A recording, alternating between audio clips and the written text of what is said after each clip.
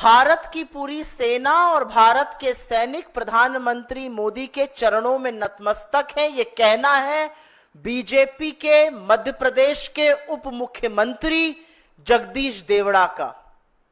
और उसके बाद तो आपने सुना ही, जो बीजेपी के दूसरे शिरोमणि हैं मध्य प्रदेश के ही मंत्री विजय शाह, उनकी घिनौनी बात कर्नल सोफिया कुरैशी को सुनकर पूरा देश आज भी स्तब्ध है।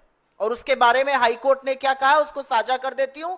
लेकिन सेना और सैनिक किसी के चरणों में नतमस्तक है, यह बात हिंदुस्तान का कोई व्यक्ति कही ही नहीं सकता है।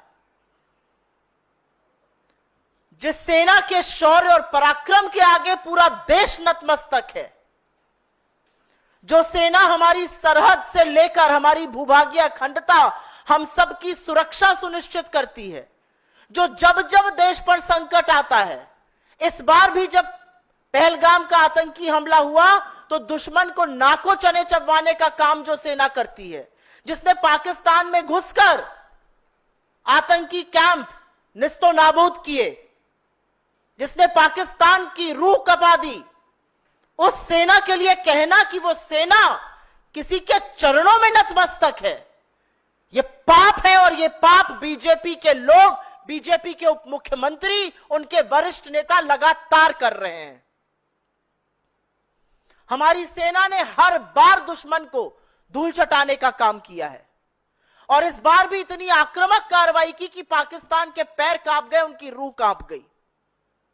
एक ऐसी सेना जिसके लिए इस देश के हर व्यक्ति के मन में सम्मान है, आदर है और पूरा राष्ट्र कृतज्ञ है कि हम शांति से, हम सुरक्षा से, हम आराम से इसलिए रह पाते हैं क्योंकि हमारे जाबाज सैनिक इस देश की सुरक्षा करते हैं। और वो इस देश की सुरक्षा तपते हुए रेगिस्तान से लेकर हाड़ कांपती हुई ठंड वाले सियाचिन के ग्लेशियर में खड़े होकर करते हैं। और तब हमारा लोकतंत्र, तब हमारी भूभागीय अखंडता, तब हमारा देश सुरक्षित रह सकता है। और ऐसी सेना के लिए जिस व्यक्ति के मन में इतनी दुर्भावना, इतने गंदे विचार हैं, वो व्यक्ति किसी भी पद पर रह ही नहीं सकता है। एक लोकतंत्र में उप मुख्यमंत्री रहना तो विचार के बाहर की बात है। और इस बार माफी मांगने से, इस बार खेद व्यक्त करने से काम नहीं चलेगा। इस बार ऐसे व्यक्ति को बर्खास्त करना पड़ेगा। इस बार बीजेपी मूक दर्शक नहीं बनी रहेगी। इस बार प्रधानमंत्री छुपे नहीं रहेंगे।